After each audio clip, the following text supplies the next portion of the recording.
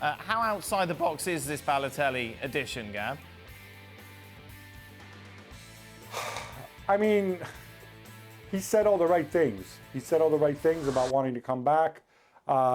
They've kept the door open. They've tried different things. Balotelli has had periods where he's produced tremendously for the Italian national team. It's very important to him. You know, sometimes getting the motivated player who's on form makes all the difference. Equally, Balotelli knows that, you know, these are 90 minutes in or out. You have to be there. You have to produce. There is no return leg. So if Mancini asks him to work and press and do some of the things which he's been accused of not doing in the past, then he's not going to play. I mean, it's as simple as that. But, you know, he certainly can bring the quality. He's certainly scored some important goals in his career for Italy at a club level.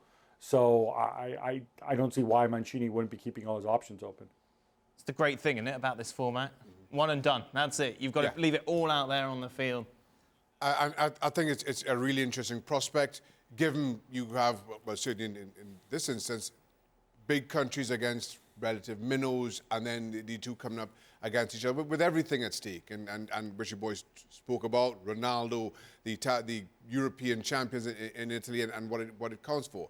And you're right, there's absolutely no leeway for any kind of error, and that high-pressure format, no second leg, I think brings out the best in teams.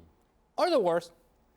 See? We go for the best, Ali. Or the worst. Empty, Always. No. Brings out the best. No. Because these teams, they're here because of what they failed to do.